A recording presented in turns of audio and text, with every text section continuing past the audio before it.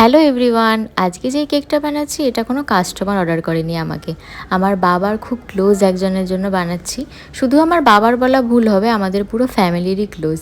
তো এই কাকা আমার বাবাকে আর কি কাজে হেল্প করে।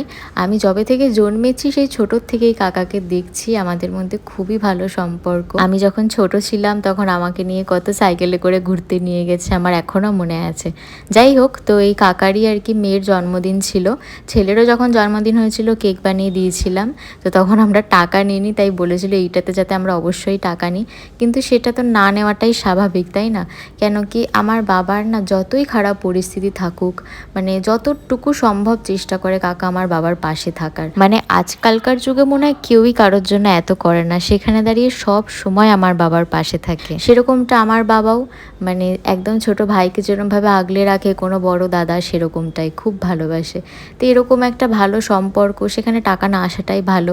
আর এটা আমাদেরও একটা ভালো লাগার জায়গা, যদি মানে তার ছেলেমেয়ের জন্মদিনে আমরা একটু কেকই দিতে পারি, তাই না? আর আমি যখন নিজেই বানাই বাড়িতে, তো না দেওয়ার কী আছে। তো যাই হোক, ডিজাইন তো আমায় কিছু বলে দেয়নি, বলেছিল আমার যেমন ইচ্ছে যাতে আমি করে দিই। তা আমি ভাবলাম একটু এরকম প্রিন্সেস থিমে করে দিই। আমার কাছে প্রিন্সেস টপারটাও ছিল, তাহলে হয়তো বোনের ভালো লাগবে এটা দেখতে, বাচ্চা মেয়ে তো।